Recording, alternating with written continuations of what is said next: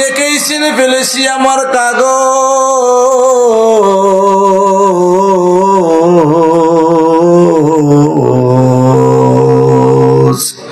যেহেতু মালিক আমার কাছে কাগজ পাঠাইছে, অবশ্যই কাগজের মধ্যে মালিক তার সাথে কি মুআমালা করছে সেই খবরও আছে। এবার বলতেছে, বাবা এই ফিডের লেখা কি আগের? কয় হ্যাঁ। কাগজটা ঘুরিয়ে কয়, এই লেখা কি জীবনে ওই কাগজে ছিল? কয় না, এই লেখা তো কোনোদিন দেখি নাই। আব্বার কাগজের মধ্যে এই লেখা ছিল না, বরং এই লেখা ছিল, এই লেখাটা তো ছিল না। মালিক ইবনে দিনার রহমতুল্লাহ আলাইহি বলেন, লেখাটা কি পড়বো? কাগজের পড়েন, এই লেখায় কি আছে? মালিক ইবনে দিনার রহমতুল্লাহ আলাইহি পড়ে শোনায়, যুবকেরা শোনো, এই কাগজের অপর পৃষ্ঠে লেখা আছে, হে মালিক ইবনে দিনার,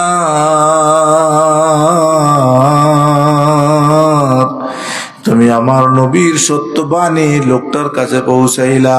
সে শুনে আমল করে আমি আল্লাহকে সিজদা করার জন্য ঘরের ব্যবস্থা করে দিয়েছে। এই জন্য নবীর কথিত হাদিস অনুযায়ী আমি আল্লাহ জান্নাতের ঘর তারে দান কইরা আমি আল্লাহ আমার ওয়াদা ঠিক রেখেছি। এই জন্য আল্লাহ রাসূল বলেন, আস-সাওমু জান্নাতুল লিন-নাস, রোজা মানুষের জন্য ঢাল স্বরূপ। কি স্বরূপ? ঢাল কি? একটা ছটা গোলের, এটারে বলা হয় ঢাল। ভিতর দিয়ে একটা হাতল থাকে, প্রতিপক্ষের হামলা যখন আসে ঢালটা সামনে ধরলে তার হামলাটা ঢালের মধ্যে পড়ে, আর এই ঢালের মধ্যে পড়ার কারণে সে প্রতিপক্ষের হামলা থেকে বাঁচে। আল্লাহ রাসূল বলেন, এই যে ঢাল প্রত্যেকটা রোজাদারের জন্য রোজাটা কিয়ামতের দিন ঢাল হবে। দুনিয়াতে যেমন ঢালের দ্বারা মানুষ নিজেকে নিজে বাঁচায়, কিয়ামতের ময়দানে এই রোজা নামক ঢাল দিয়া বান্দা তারে জাহান্নাম থেকে বাঁচাবে। শেষ, আমি অন্য প্রসঙ্গে আলোচনা করবো। প্রসঙ্গ যেহেতু রমজান সামনে, কষ্টই নেব। রমজানের জন্য প্রস্তুতি গ্রহণ করতে হবে। যেহেতু আল্লাহ রাসূল বলেন, আল্লাহুম্মা বারিক লানা ফি রজব ওয়া শাবান ওয়া বাল্লিগনা রমাদান। আল্লাহ, আপনি আমাদেরকে বরকত দেন রজব মাসে, বরকত দেন শাবান মাসে, আর হায়াত দান করেন রমজান মাস পর্যন্ত। কারণ এই 2 মাসের বরকত নিয়া আর রমজান পর্যন্ত হায়াত নিয়া যেন রমজানটাকে তিলাওয়াত, তাসবিহ, তাহলিলাত, তাহাজ্জুদ, ইশরাকাওয়াবিন, চাষ, সদকা, দান, কোরআন তিলাওয়াত এবং ইফতার, সেহরি দ্বারা আমি গোটা রমজানটাকে আমলে কাটাইতে পারি। এই জন্য রমজান মাসে আপনি আমার হায়াত দান করে। 2 মাস আগ থেকে রমজানের জন্য দোয়া করতেন, আর আমরা 2 দিন আগে রমজানের খবর নাই, এরকম আছে কি নাই? খালি ঈদের খবর, রমজানের খবর নাই। অথচ আল্লাহ রাসূল বলেন, এই রমজান বান্দার জন্য ঢাল স্বরূপ। যেই দিন যখন বান্দা রোজা রাখবে, কিয়ামতের ময়দানে প্রত্যেকটা রোজা বান্দার জন্য ঢাল হবে। জাহান্নাম যখন কাত কাত শব্দ দিয়ে তার দিকে আসবে, এই রমজান নামক ঢাল জাহান্নাম থেকে তাকে বাঁচিয়ে দিবে। কথা আমার শেষ। সত্য হলো, যেই রোজার দ্বারা আপনি আল্লাহর তাকওয়া ফরজগারি অর্জন করবেন, যে এবারে বাপ মাও বাইতে ওই যে নাও দান নাও দোনেতে না এসি করবা কর দিছে, এটি অভ্যাস হয়েছে। বলতেছেন, কোন রোজা আপনারে তাকওয়া ফরজগারি শিক্ষা দিবে? যেই রোজার কারণে আল্লাহর তাকওয়া পাবেন, ফরজগারি পাইবেন, আল্লাহর ভয় ভিতরে ঢুকবে। যেই রোজার পুরস্কার আল্লাহ নিজের হাতে দান করবে, যেই রোজার পুরস্কার হিসাবে আল্লাহ আপনার নিজের হয়ে যাবে, যেই রোজা কিয়ামতের দিন পুরস্কার হইয়া ডাল হইয়া আপনার জাহান্নাম থেকে, আযাব গজব থেকে বাঁচাবে। এটা কোন রোজা? আপনারা আমরা যেরকম রোজা রাখি এই রোজা না, তাইলে কেমন রোজা? আল্লাহ রাসূল বলেন, ওই রোজা লা তাহাররাকু, যতক্ষণ পর্যন্ত লা তাখরাকু, যতক্ষণ পর্যন্ত রোজাকে তোমরা না ছিদ্র করো। রোজারে কি না করো? কথা কইেন, রোজাকে ছিদ্র না করো ততক্ষণ পর্যন্ত এই রোজা তোমার ঢাল হইব। কারণ ছিদ্র করলে ওই ছিদ্র ঢাল দিয়ে তোমার উপকার হইব। আপনি প্রতিপক্ষ গুল্লি করতেছে, আপনি ডাল পাচ্ছেন, ডাল ছিদ্র, কি লাভ হইব? ছিদ্র দিয়ে ঢুকলে আপনি শেষ। এই জন্য রাসূল বলেন, যে রোজা তোমার জন্য ঢাল হবে, ওই রোজা যেন ছিদ্র না হয়, তাইলে ওই ডাল ছিদ্র হইলে তোমার উপকার হবে না, বরং ক্ষতি হবে। হাবিবে কিবরিয়া সরকারে দো আলম নবীরা সাহাবীরা জিজ্ঞাসা করেন, নবী পাক ডাল ছিদ্র করে কিভাবে, রোজা ছিদ্র হয় কিভাবে? বলেন আল্লাহর হাবিব বর্ণিত কর্তব্য ইসকাও, তোমরা গীবত করবা, রোজা রাইখা বৈশা বৈশা গীবত করবা, রোজা রাইখা বৈশা বৈশা মানুষের শিকায়াত করবা, রোজা রাইখা দিনে মিথ্যা কথা বলবা, রোজা রাইখা চোখ অপূর্ণাদের দিকে তাকাইবা, রোজা রাইখা তোমরা হাতের দ্বারা পায়ের দ্বারা অঙ্গ প্রত্যঙ্গ জল্পনা কল্পনার দ্বারা গুনাহ করবা, আর এই গুনাহের কারণে রোজা ডাল ছিদ্র হয়ে যাবে। ভালো একটা হাতের দ্বারা যতটুকু কাজ করা যায়, যদি হাতটা ভাঙ্গা হয়, এর মধ্যে ব্যান্ডেজ থাকে, এর মধ্যে ব্যাগ থাকে, প্যারালাইজ থাকে, ওই কাজ হয় কিনা? ঠিক যতক্ষণ পর্যন্ত রোজাকে আপনি রোগী না বানাইবেন, রোজাকে যতক্ষণ ছিদ্র না করবেন, রোজাকে যতক্ষণ অঙ্গহানি না করবেন, রোজাকে যখন আন্দা না করবেন, রোজাকে যখন ল্যাঙ্গা বলা না করবেন, রোজাকে যখন রোগী না বানাইবেন, ততক্ষণ পর্যন্ত রোজা আপনার আমার উপকার করবে, ডাল হয়ে বাঁচাবে। কিয়ামতের ময়দানে আল্লাহ নিজেই রোজার পুরস্কার দিবে। কিয়ামতের ময়দানে ওই রোজার পুরস্কার আল্লাহ নিজে হয়ে যাবে। ওই কিয়ামতের দিন আল্লাহ রাসূল বলেন, গুফিরা লাহু মা তাকদ্দামা মিন যামবি, এক বছরের পিছনের সব গুনাহ আল্লাহ মাফ করে দিবে।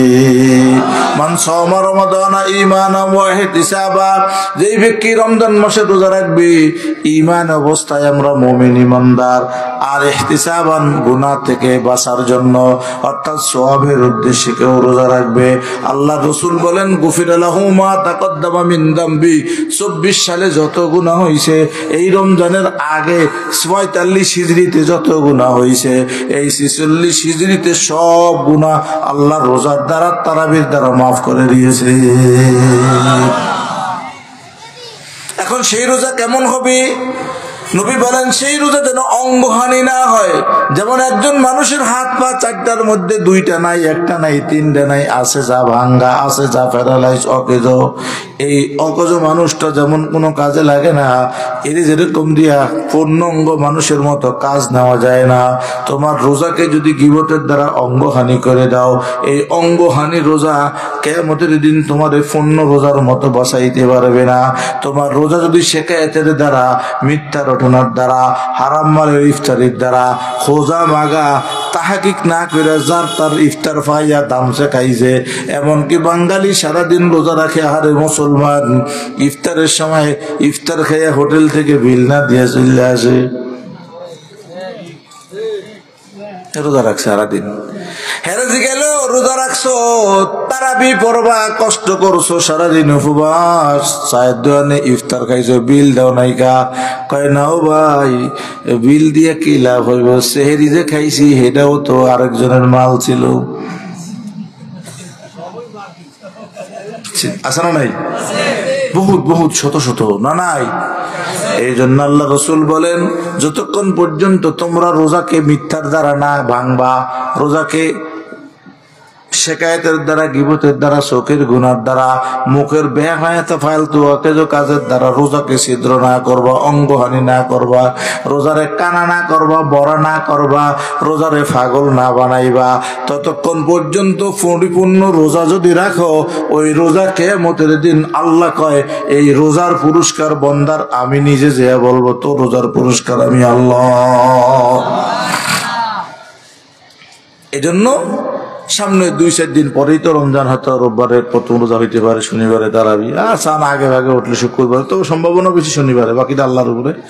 তো শনিবারে হোক শুক্রবার হোক, তারাবিটা একটা হইব না, হইব না? এইটা ফুটে রাখবেন, আর একটা শেষের দিনে একটা আগামাতা বান দিলে মাঝে দিয়ে যায়।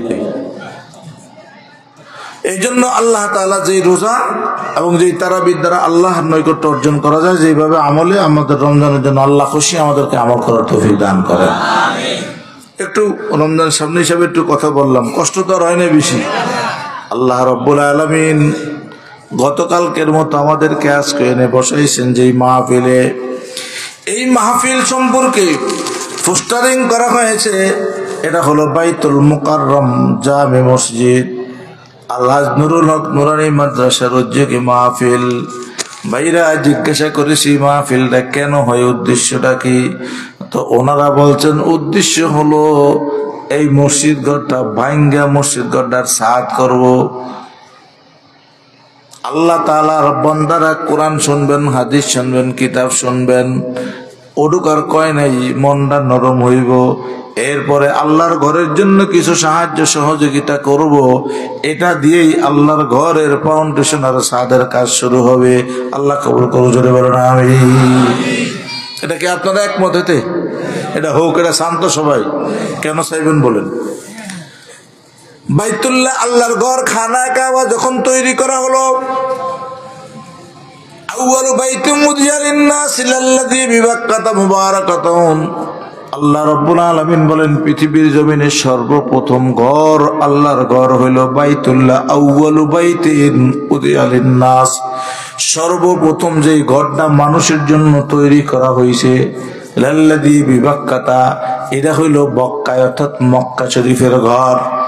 এই মক্কার ভিতরে বাইতুল্লাহ তৈরি করা হলো সর্বপ্রথম মানুষের জন্য, আল্লাহর ইবাদতের জন্য। কোন মানুষ ওই বাইতুল্লাহ যদি যায়, এক রাকাত নামাজে 1,00,000 রাকাত নামাজের নেকি হয়। একবার আল্লাহ বললে 1,00,000 আল্লাহ বলার সমান সওয়াব হয়। একটা সিজদা করলে 1,00,000 সিজদার সওয়াব পাওয়া যায়। এই মক্কাকে আল্লাহ দামি করেছেন সর্বপ্রথম মানুষের জন্য বানায়া, মানুষের সিজদার কারণে। অত হাজার হাজার ঘর পৃথিবীতে আছে, মসজিদের মতো দামি না। মসজিদ দামি হওয়ার কারণ হলো মসজিদ ঘরের মধ্যে বন্দা কপালটা আল্লাহর জন্য ঠেকিয়ে দেয়। এই জন্য মসজিদ ঘর যখন সারা পৃথিবীতে মক্কা তৈরি হয়ে গেল, হযরত ইব্রাহিম আলাইহিস সালাম তার সন্তান ইসমাইলকে নিয়ে মক্কার ঘর তৈরি করলেন। এখন 13-14তম সংস্কার চলতেছে মক্কার ঘর শুরু হওয়ার থেকে। যখন ফেরেশতারা আদম আলাইহিস সালামের যুগে তৈরি করলেন, আদম ফেরেশতারা, এরপরে আদম নবী তৈরি করলেন, এরপরে প্লাবনের পরে ভেঙ্গে গেল নূহ আলাইহিস সালাম। এরকম পর্যায়ক্রমে তৈরি করতেছেন করে করে আসতেছেন। যখন হযরতে ইব্রাহিম আলাইহিস সালাম ইসমাইল আলাইহিস সালাম সন্তানকে নিয়ে আল্লাহর ঘর মক্কা তৈরি করতেছিলেন, এই জন্য যারা হজে গেছেন তারা জানেন আল্লাহর ঘরের 7 বার তওয়াফ কইরা যেখানে সবুজ বাতিটা দেখা যায়, ওখান থেকে সবুজ পাতিকে সালাম করে ডান দিকে ঘুরতে হয়। ঘুরতে ঘুরতে ঘুরতে এই বাম পাশে মসজিদ ঘরের সাথে কলব লাগে ঘুরতে হয়। 7 চক্কর দিয়া ওখানে এসে মাকাম ইব্রাহিমে দাঁড়াইতে হয়। সেখানে দাঁড়িয়ে 2 রাকাত নামাজ পড়ে দোয়া করে, দোয়া আল্লাহ কবুল করে। এই যে মাকামে ইব্রাহিম আলাইহিস সালামের জায়গা, এর অর্থ কি? অর্থাৎ ইব্রাহিম আলাইহিস সালাম যখন সন্তান ইসমাইলকে নিয়ে আল্লাহর ঘর তৈরি করেন, তখন ইসমাইল আইনা পাথর দেয় আব্বার হাতে, ইসমাইল পাথর দেয় ইব্রাহিম নবীর হাতে। ইব্রাহিম নবী আল্লাহর ঘরের ওয়াল করতেছেন, সাদ ওয়াল উঠাইতেছেন। যখন বাপে আইনা ছেলে আইনা বাবারে দেয়, বাবায় ওয়াল গাতে গাতে কি ব্যাগটা হয়নি? পায় নাই। যখন হাতে আর নাগাল পায় না, তখন আব্বা ইসমাইল আব্বার ডাক দিয়ে, আব্বা এখন আর গাঁথবেন কিভাবে, এখন তো আর আপনি নাগুল পান না।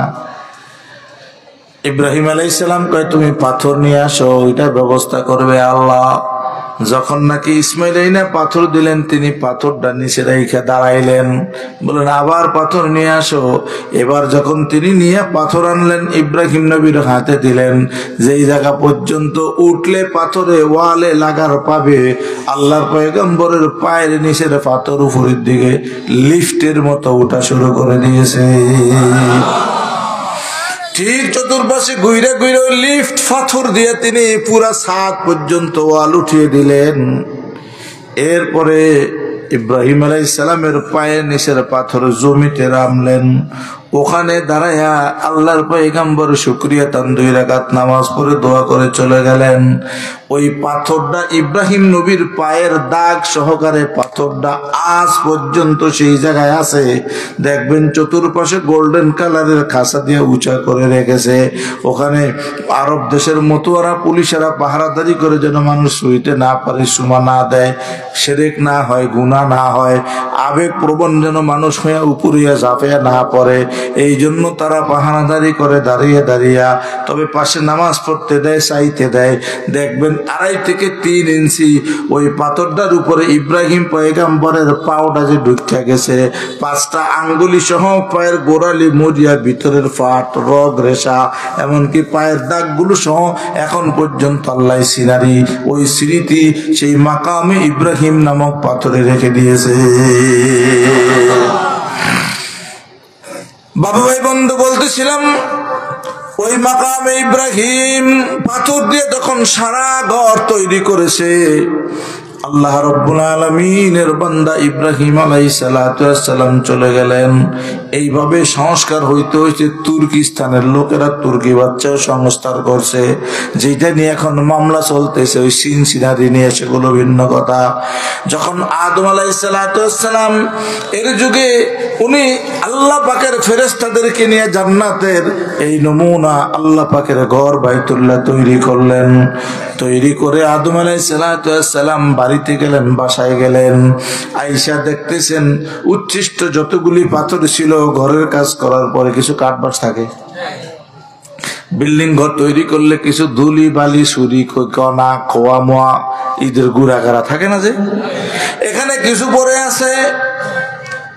ইব্রাহিম আলাইহিস সালাম আদম আলাইহিস সালাম আয়েশা যখন দেখলেন এই সুরকিগুলি নাই, খোয়া বালি ঈদের কণা কানুগুলো নাই, উনি চতুর্দিকে তাকানো শুরু করছেন। আল্লাহ, এই পাথর ঈদের কণা কানা, আল্লাহর ঘর বাইতুল্লাহর মক্কার ঘরের অংশ, এগুলো কোথায় গেল? উনি অস্থির হয়ে গেলেন। এই জন্য হযরত ইব্রাহিম আদম আলাইহিস সালাম এদিক ওদিক টানতেছেন, দেখতেছেন সবগুলো আল্লাহ পাকের ঘর বাইতুল্লাহর ছাদের উপরে। বাবা ভাই বন্ধু, তখন আদম আলাইহিসসালাম দেখেন জিবরাইল আলাইহিসসালাম সেই পাথরের কাছে দাঁড়ানো। জিবরাইল যেন পাখা দিয়ে ঘুরিয়ে ঘুরিয়ে কি লিখতেছে পাথরগুলির উপরে। হযরত জিবরাইল আলাইহিসসালামকে আদম নবী ডাক দিয়ে কয়, জিবরাইল, পাথর ছিল নিচে গোলে গুলে গায়ে রাখলাম, এগুলো কেন ছাদে উঠলো? কে উঠলো? কি করতেছেন আপনি? উনি বলতেছেন, আল্লাহর পয়গম্বর আদম, এগুলো আমি উঠাই নাই, আল্লাহ পাকের নির্দেশে উপরে উঠাইছি। কারণ আল্লাহ পাকের কাছে এই পাথরগুলি কান্নাকাটি করেছে, গেরিয়ে জারি রোনাজারি আহাজারি করতেছিল। ও আল্লাহ, যে ঘরটা তুমি তৈরি করছো এর মধ্যে পাথর আছে, কণা আছে, বালি আছে, চুরকি আছে, আচরা নাই। আমরাই তো তাদের সাথে ছিলাম, তারা আমাদের সাথে ছিল, এক গাড়ি এক মুষ্টি এক জায়গায় ছিলাম। তোমার ঘর তুমি তৈরি করে পরিপূর্ণ করলো, আমাদেরকে ফালিয়ে রাখলো, আমাদেরকে গুলিয়ে রাখলো, আমাদেরকে নিচে পড়ে রাখলো। আল্লাহ, আমরা কি তোমার ঘরের যোগ্য না? আমরা কি তোমার ঘরের সাথে লাগলে কিয়ামত পর্যন্ত মেহমানদের সেজদা পাইতাম, হাজীদের পায়ের নিচে হাতের নিচে সেজদার নিচে থাকতাম? আল্লাহ, আমরা দামি হইতাম, তুমি আমাদেরকে কেন বঞ্চিত করলা? আদম নবীকে জিবরাইল কয়, হুজুর, এই কথা বলে বলে ফেরেশতা আল্লাহর কাছে খবর কইছে এই পাথরগুলি কান্নাকাটি করতেছিল। এই পাথরগুলি কান্নাকাটি করার কারণে আল্লাহ রাব্বুল আলামিন ডাক দিয়ে বলেছে, জিবরাইল, এরাও তো পাথর, এরাও তো মানুষের পায়ের নিচে সিজদার ভিতরে থাকতে চায়, এরাও তো আমার মুসলমান ইমানদার সিজদাকারীদের চোখের পানি পাইতে চায়। এই জন্য পাথরগুলিকে তুমি উপরে নিয়ে আসো। আল্লাহর ফেরেশতা আদম নবীকে বলতেছে, হুজুর, আমি উপরে উঠাইলাম। এবার আল্লাহ বলতেছেন, পাথরগুলিকে অর্ধেক করে ফেলো। আমি সমান মাছ থেকে 2 খণ্ড করে দিলাম, অর্থাৎ 2 টুকরা করে 2 ভাগ করে দিলাম। এখানে খোয়া বলে ইট পচা দশা, এখানেও টুকরা টাকরা 2 খণ্ড করলাম। 2 ভাগ করার পরে আল্লাহ বলেন, 1 ভাগের উপরে লেখো কালিমার প্রথম অংশ লা ইলাহা ইল্লাল্লাহ, আর দ্বিতীয় অংশের ভিতরে লেখো মুহাম্মাদুর রাসূলুল্লাহ। অর্ধেকের ভিতরে লা ইলাহা ইল্লাল্লাহ লেখো, বাকি অর্ধেকের মধ্যে মুহাম্মাদুর রাসূলুল্লাহ লেখো। হুজুর আমি এখন লা ইলাহা ইল্লাল্লাহ মুহাম্মাদুর রাসূলুল্লাহ লেখা শেষ। খেয়াল করেন, লা ইলাহা ইল্লাল্লাহ মুহাম্মাদুর রাসূলুল্লাহ এই কালিমাটা লিখতে যারা আরবি বোঝেন, পারেন, চিনেন, তারা বলেন এই কয়টা লা ইলাহা ইল্লাল্লাহ মুহাম্মাদুর রাসূলুল্লাহ লিখতে একটা হরফ নক্তালা আসেনি? না খেয়াল করে, লা ইলাহা ইল্লাল্লাহ মুহাম্মাদুর রাসূলুল্লাহ নক্তা, এক নক্তা, দুই নক্তা, তিন নক্তা, উপরে নিচে, এরকম কোন নক্তা আছে? কোন নক্তা বিশিষ্ট হরফ নাই, সবগুলো নক্তা ছাড়া। মনে থাকলে কারণ পরে বলি। এই লা ইলাহা ইল্লাল্লাহ অর্ধেকের মধ্যে মুহাম্মাদুর রাসূলুল্লাহ বাকি অর্ধেকের মধ্যে লিখছি। আদম আলাইহিস সালামকে জিবরাইল কয়, হুজুর এবার আল্লাহর নির্দেশ হলো এই লা ইলাহা ইল্লাল্লাহ লেখা পাথরের কণাকানি ধুলাবালি আর মুহাম্মাদুর রাসূলুল্লাহ লেখা পাথরের কণাকানি এগুলো সব কিছু আল্লাহ বলছে আল্লাহর ঘরের ছাদের উপরে দাঁড়ায়া যেন ঘুরিয়ে ঘুরিয়ে সারা পৃথিবীর দিকে আমি নিক্ষেপ করি। এই জন্য বইলেই তিনি এক মুঠ এখান থেকে আরেক মুঠ ওখান থেকে ঘুরিয়ে মারতেছে। আদম আলাইহিস সালাম ডাক দিয়ে কয়, জিবরাইল এরকম বেহুদা খুদা মাইরো না, কারণ গোটা পৃথিবীর জমিন ফাঁক না ফাঁক জায়গাও না নাই, মলমূত্র ত্যাগ করে যেখানে ডাস্টবিন, পচা গলা, ময়লা, নাফাক নাফাক। এই জন্য আল্লাহর ঘরের এই পবিত্র পাথরের ধুলি বালি কণা এগুলো দামি আল্লাহর ঘরের সাথেই তো ছিল, হয়তো বা কিছু কাজ করাও পড়ছে, অতিরিক্ত হয়ে গেছে। এই জন্যই পাথরের ধুলিবালি কণাগুলি ইচ্ছা করে তুমি চতুর্দিকে ফেলো না, না ফাঁক জায়গায়ও পড়তে পারে। আদম আলাইহিস সালামকে জিবরাইল ফেরেশতা বলেন, আমি মারি না, মালিক আমাকে দিয়ে মারায়। আদম নবী জিজ্ঞাসা করে, পড়বে কোথায়? জিবরাইল ডাক দিয়ে কয়, আদম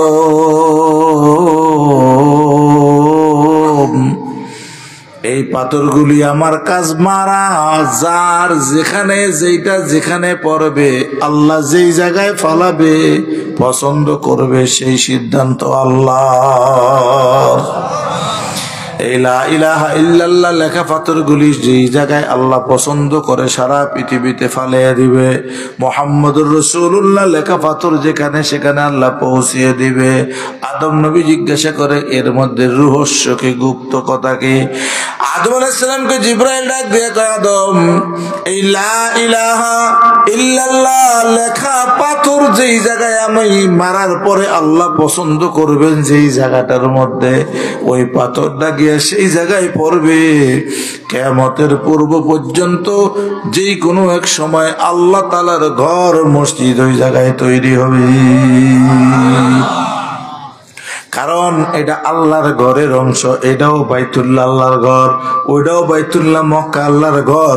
এই জন্য আল্লাহর ঘরের উচ্ছিষ্ট পাথর মারছে হাজার হাজার হাজার হাজার হাজার হাজার বছর আগে। ওই পাথর আল্লাহ পছন্দ করে ফেলাইছে এখানে। এই জন্য হাজার বছর পরে, লাখো কোটি বছর পরে আল্লাহর ঘর বাইতুল্লাহ লা ইলাহা ইল্লাল্লাহর পাথরের বরকতে তৈরি হয়েছে।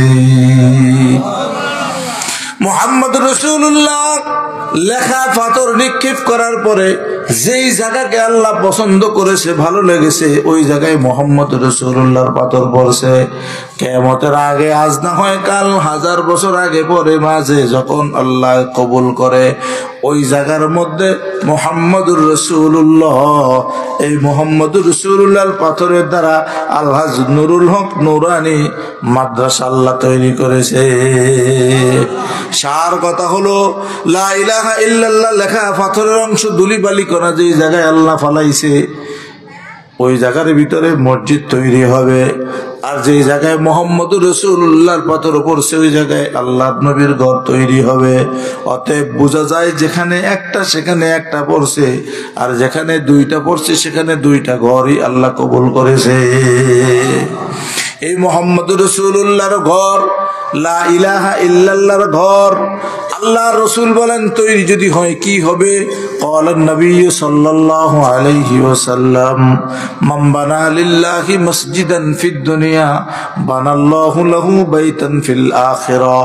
আল্লাহর রাসূল বলেন দুনিয়াতে কেউ যদি আল্লাহর জন্য একটা ঘর মসজিদ তৈরি করে, আল্লাহর রাসূল বলেন সাহাবীরা বানাল্লাহু লাহু বাইতান ফিল জান্নাতে, আল্লাহ তার জন্য জান্নাতের মধ্যে একখান ঘর তৈরি করে দিবে। দুনিয়াতে কেউ যদি আল্লাহর জন্য একটা ঘর তৈরি করে অর্থাৎ মসজিদ ঘর বানায়, আল্লাহ আখিরাতে জান্নাতে তার জন্য একটা ঘর জান্নাতে তৈরি করে দিবে। সাহাবায়ে কেরাম বলেন ইয়া রাসূলুল্লাহ ইয়া হাবিবাল্লাহ, নবী পাক আমরা তো একটা মসজিদ ঘর তৈরি করে দিব, এত সামর্থ্য আমাদের নাই, কারণ আমরা একটা খাজুর দিয়ে দুইজনে ইফতার করি, তিনজনে সেহরি খাই। আর আমরা একটা মসজিদ ঘর তৈরি করব যার বিনিময়ে আল্লাহ আমাদেরকে জান্নাতে ঘর দিবেন, এমন ঘর তৈরি করার তো সামর্থ্য অর্থ আমাদের নাই। আল্লাহ রাসূল বলেন পুরা ঘর তৈরির দরকার নাই, যে যতটুকু পারো তা দিয়ে সাহায্য করো, তাও যদি না থাকে চোখ দ্বারা একটা ইশারা দিয়ে আল্লাহর ঘরের উপকার করো। কথার একটা অংশ, পুরা কথাও দরকার নাই, একটা বাক্যের একটা অংশ দ্বারাও যদি তুমি আল্লাহর ঘর তৈরির সাহায্য করো, কিয়ামতের দিন তোমাকেও আল্লাহ জান্নাতে একটা বালাখানা প্রাসাদ দান করবে। বাবা ভাই বন্ধু, কিতাবের মধ্যে আসছে আল্লাহ পাকের এক বান্দা রাস্তা দিয়ে রওনা করছে, উনি নাম হলো তার আব্দুল মালিক ইবনে দিনার রহমতুল্লাহ আলাইহি। মালিক ইবনে দিনার বড় বুজুর্গ মানুষ, রাস্তা দিয়ে রওনা করছে, দেখেন বিশাল বড় একটা প্রজেক্ট কে যেন হাতে নিয়েছে, অনেক রড সিমেন্ট ইট সহকারে বিশাল প্রাসাদ তৈরির প্রস্তুতি নিয়েছে। উনি নামলেন, ওনার খাদেমদেরকে নিয়ে আইসা জিজ্ঞাসা করলেন ভাইরে এই ইট বালু সুরকি সিমেন্ট রড এই সমস্ত কার? বলে হুজুর আমাদের এক লোক বিদেশ থাকতেন, অনেক টাকা পয়সা কামাই করে দেশে আসছে, যার কষ্টের বিনিময়ে অর্জিত অর্থ দ্বারা তিনি একখান ঘর বাড়ি তৈরি করবেন, মালামালাই না একাত্র করেছে। মালিক ইবনে দিনার রহমতুল্লাহ আলাইহি বলেন তাকে ডাকো।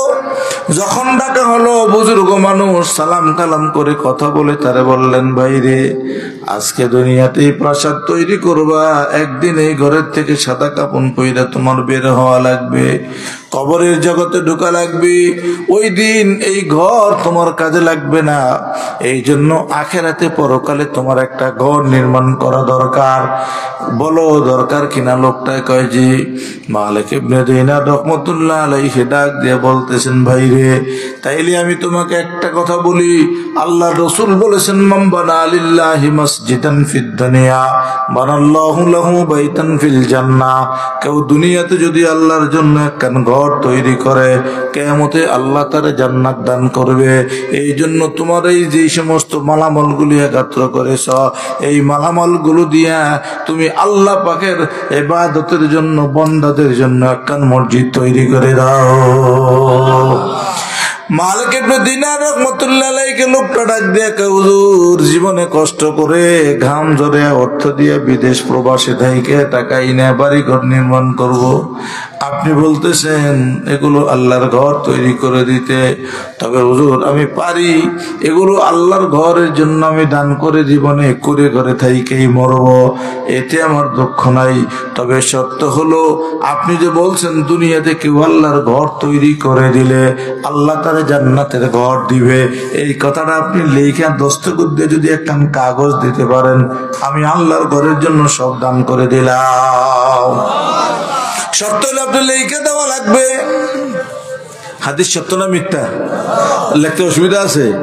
মালিক ইবনে দিনার রহমতুল্লাহ আলাইহি কাগজের মধ্যে লিখলেন আল্লাহ তোমার নবী পাকের এই হাদিসের উপরে আমল করে বান্দা তোমার ঘর তৈরির জন্য জীবনের সব দিয়ে দিল, আমি আল্লাহ তোমার পক্ষ থেকে তারে জান্নাত দেওয়ার ওয়াদা করে দিলাম। সিল দস্তখত দিয়া কাগজ ভাঁজ করে তাকে দিয়ে গেছে। এই কথা বলে মালিক ইবনে দিনার চলে গেলেন। ওই লোকটা সেই টাকা পয়সা মালামাল দিয়ে আল্লাহর ঘর মসজিদ তৈরি করে দিলেন। কিছুদিন পর যখন উনি এখান দিয়ে রওনা করছে, দেখে বাড়িতে কান্নাকাটি চলতেছে। মালিক ইবনে দিনার রহমতুল্লাহ আলাইহি মুরিদদেরকে নিয়ে ভিতরে ঢুইকা জিজ্ঞাসা করে, কান্নাকাটি কেন? বলতেছে, হুজুর, এই বাড়ির যে মালিক ছিলেন, এই মসজিদ যিনি করছে, তিনি দুনিয়াতে নাই, পরপারে চলে গেছে। মালিক ইবনে দিনার রহমতুল্লাহ আলাইহি চিন্তা করেন, আল্লাহ, এই লোক তো সেই লোক, এরা যদিও আমার এই চিনে না, ওই লোক থাকলে তো অবশ্যই। এই জন্য আসরের ওয়াক্ত হয়ে গেছে। মালিক ইবনে দিনার বলেন, আসেন, উযু করেন, আসরের নামাজ পড়ে তার জন্য একটু দোয়া করব। মালিক ইবনে দিনার সবাইরে নিয়ে ওই মসজিদ ঘরের ভিতরে আসরের নামাজ পড়লেন। আসরের নামাজ পড়ে একটু হাত উঠিয়ে দোয়া করলেন। দোয়া কইরা এরপরে সবাই জিজ্ঞাসা করেন, ওনার আপন কে আছে? কয়, হুজুর, এই সব তিনজন চারজন ওনার ছেলে। ডাক দিয়া কাছে আইনা আসর পইরা সবার সামনে জিজ্ঞাসা করে, বাবা, তোমার আব্বা যখন মারা গেছে একটু কার গুজরে শোনাও, কিভাবে মরছে, কি বলছে, কি করছো, কেমনে কবরে রাখছো? ছেলেরা ডাক দিয়া বলতেছে, মালিক ইবনে দিনার রহমতুল্লাহ আলাইহি, হুজুর, আব্বা যখন ইন্তেকাল করবেন তার পূর্বে আব্বা আমাদেরকে ডাকলেন, ডাইকা বললেন, সন্তানেরা, জীবনে যা কিছু করছি সব আমি আল্লাহর ঘরের জন্য দান করে দিছি। তোমাদের জন্য যথাসাধ্য কিছু করি নাই, দাবি রেখো না। তবে আমি যেহেতু পরপারের যাত্রী, চলে যাব, আমার ইন্তেকালের পরে আমাকে এই কথা বলে আমাদেরকে একখান কাগজ বের করে বলেন, এই কাগজটা আমার কাফনের কাপড়ের মধ্যে ঢুকিয়ে কবরে দিয়ে দিবা। এই কথা বলে একখান কাগজ দিয়ে দিলেন। আমরা কাগজের মধ্যে লেখা দেখলাম, ও আল্লাহ, তোমার নামের উপরে, নবী পাকের হাদিসের উপরে আল্লাহর বান্দা তোমার জীবনের সম্পদ সব মসজিদের জন্য দিল। আল্লাহ, আমিও তোমার নবীর হাদিসের পক্ষে রৌকালতি কইরা তার এক জান্নাত ঘরের ওয়াদা দিয়ে দিলাম। এই কথা বলে দেখলাম একটা দস্তখত সিল, ওগুলি আমরা বুঝি নাই। হুজুর, এই কাগজটা আব্বার কাফনের মধ্যে দেওয়ার জন্য বলেছে। আব্বার ইন্তেকালের পরে কাফন যখন গোসলের পরে পরাইলাম, তখন আমাদের হাত ওই কাফনের কাপড়টা ভিতরে দিয়ে দিলাম। এতটুকুই আব্বা, আমরা নিজেরা কবরে রেখে আব্বাকে দাফন করে আসলাম। মালিক ইবনে দিনার রহমতুল্লাহ আলাইহি ডাক দিয়া বলতেছেন, সন্তানেরা, যে কাগজটা তোমরা বাবার হাত থেকে পায়া কাফনে দিয়ে দিলা, ওই কাগজটা কি দেখলে তোমরা চিনবা? যুবকেরা হাসি দিয়ে কয়, হুজুর, আসাইলেন অনেকদিন কান্দার পরে, কাগজ দেখলে তো চিনবো, কিন্তু কাগজ পাইব কোথায়? কাগজ তো আব্বার কাফনের মধ্যে করে কবরে দিয়ে ফেলেছি। মালিক ইবনে দিনার রহমতুল্লাহ আলাইহি ডাক দিয়া বলেন, সন্তানেরা, কাগজ চিনবে কিনা বলো? কাগজ কবরে দিয়েছো কি দাও নাই? কাফনে ঢুকাইছো কি ঢুকাও নাই? পরের কথা, আসলে তোমরা কাগজটা দেখলে চিনবা কিনা বলো? সবাই বলতেছে, হুজুর, অবশ্যই চিনবো, কারণ কাগজটা স্বচক্ষে দেখছি, একাধিকবার দেখেছি, বরং চোখের উপরে কাগজের লেখা এখনো ভাসে। মালিক ইবনে দিনার রহমতুল্লাহ আলাইহি এই কথা বলার সাথে সাথে মিম্বরটার দিকে একটু হাত বাড়াইলেন, যেখানে দাঁড়িয়ে নামাজ পড়াইছেন ওই নামাজের জায়গাটার মধ্যে হাত বাড়াইয়া নামাজের মুসল্লার পশ্চিম পাশে হাত দিয়া ওই কাগজ যেটা কাফনে ঢুকাইছে সেই কাগজটা বের করে দিল। এবার ভাইদের মধ্যে হটটক শুরু হলো, কি রে ভাই, কাগজ না তুই দিলি? কয়, আমি না ঢুকাইলাম। তুই না দেখলি? কয়, তা তো দেখলাম। আরেকজনে কয়, তাইলে আইসে কেমনে? মানে হাতের লেগে উইটা আইসে না রয়ে গেছে? কয়, না, কাগজ তো দিছি। কয়, একটার পরিবর্তে আরেকটা দিছস নি? কয়, না। তুই কি কস? কয়, না, দিছিলি তুই এইটাই। তাহলে এইটা আসছে কোত্থেকে? কাগজ তো এইটাই সেই কাগজ। মালিক ইবনে দিনার রহমতুল্লাহ আলাইহি ডাক দিয়ে বলে, হুজুর, আপনি কি আব্বার কবরে ঢুকছেন, গেছেন, পাইছেন কেমনে কাগজ? কিন্তু এটা সন্দেহ নাই। মালিক ইবনে দিনার রহমতুল্লাহ আলাইহি বলেন, এই কাগজটা আমি যখন নামাজে দাঁড়িয়ে নামাজ পড়তেছি, চোখের পানি ফেলতেছি, আল্লাহ, তোমার বন্দারে তো আমি কথা একটা বললাম, হাদিস একটা বললাম, লিখে দিলাম। তুমি যে তারে পরকালে কি মুআমালা করলা আল্লাহ আমি তো জানি না। মেহেরবানি কইরা তার জীবনের সব তোমার ঘরের জন্য দিল, তুমি তারে কি দিলা? এই নামাজ জানতে তুমি আমার একটু মেহেরবানি করে জানিয়ে দাও। অনেক বড় বুজুর্গ মালিক ইবনে দিনার রহমতুল্লাহ আলাইহি তার বয়ান জীবনী কওয়ার সময় নেই। এই মালিক ইবনে দিনার রহমতুল্লাহ আলাইহি যখন নামাজান্তে কথা বলতেছিলেন, উনি বলতেছে, ছেলেরা 2 রাকাত নামাজ পড়ে যখন তাশাহুদ আত্তাহিয়াত পড়তেছিলাম, ওই অবস্থায় হঠাৎ করে দেখি একটা ছোট্ট পাখির মতো ফুস করে একটা শব্দ দিয়া এই কাগজটা আমার নামাজের মুসল্লার সামনে হাজির। আমি দেখেই চিনে ফেলেছি আমার কাগজ।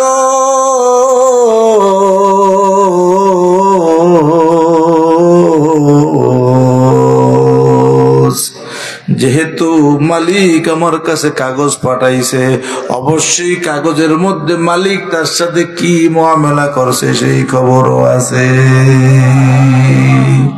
এবার বলতেছে, বাবা এই ফিডের লেখা কি আগের? কয় হ্যাঁ।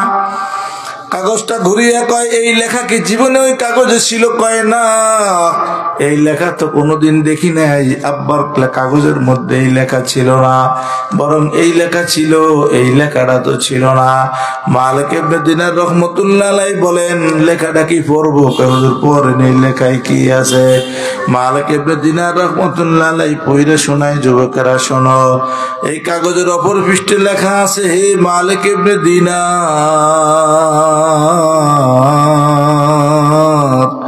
তুমি আমার নবীর সত্যবাণী লোকটার কাছে পৌঁছাইলা, সে শুনে আমল করে আমি আল্লাহকে সিজদা করার জন্য ঘরের ব্যবস্থা করে দিয়েছে।